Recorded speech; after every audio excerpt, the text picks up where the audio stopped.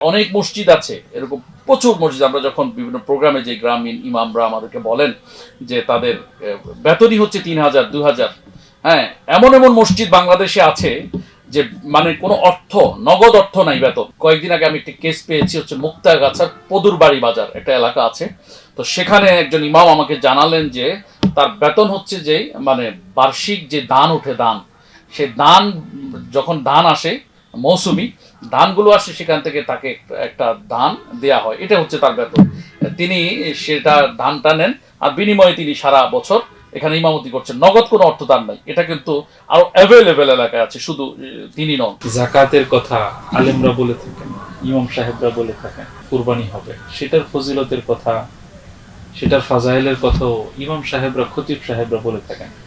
একেবারে আপনার কাছে কতটুকু জরিপ আছে, কত পার্সেন্ট ইমাম খতিব ঠিকঠাক মতো আর্থিক স্বাচ্ছন্দ্য হওয়ার পরে যাকাত দিতে পারেন, কত পার্সেন্ট ইমাম খতিব কুরবানি করতে পারেন? এটার কি সমাজ আমাদেরকে এই বাস্তবতাটুকু শুনবার জন্য আমরা আসলে আপনার কাছে কতটুকু জরিপ আছে এই ব্যাপারে, কতটুকু জানাশোনা আছে?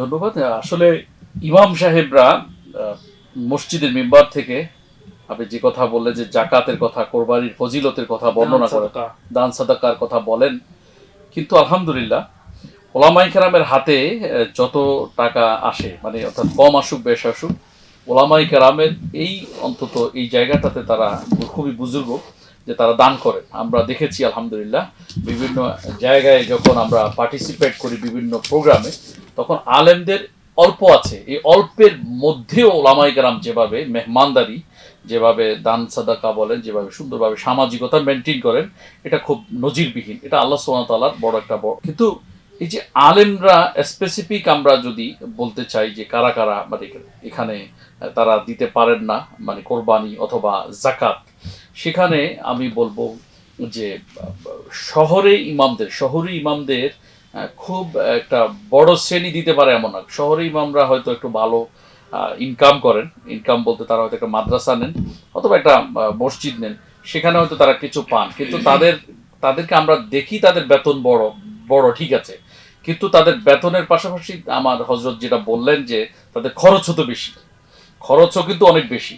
মানে একজন খতিব ইমাম ঢাকা শহর সহ বিভিন্ন মফস্বল শহরে যদি সে চাকরি করে মসজিদে, তো সেখানে সে মানলাম সে একটু গ্রামের ইমামদের চাইতে একটু বেশি পাচ্ছে, কিন্তু এখানে দেখেন তার বাসা ভাড়া, তার বাচ্চাদের পড়াশোনা, সবকিছু মিলিয়ে তিনিও কিন্তু মানে ওই এদের কাতারে চলে যাচ্ছেন কার্যত। গ্রামে যারা আছেন, আর গ্রামে যারা ইমামতি করেন তাদের অবস্থা তো মানে খুবই শোচনীয়।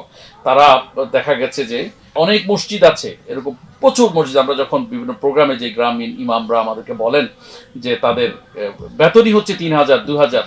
হ্যাঁ, এমন এমন মসজিদ বাংলাদেশে আছে যে মানে কোনো অর্থ, নগদ অর্থ নাই বেতন। সেটা হচ্ছে কি, বিশেষ করে আমি কয়েকদিন আগে আমি একটি কেস পেয়েছি, হচ্ছে মুক্তাগাছার পদুরবাড়ি বাজার একটা এলাকা আছে।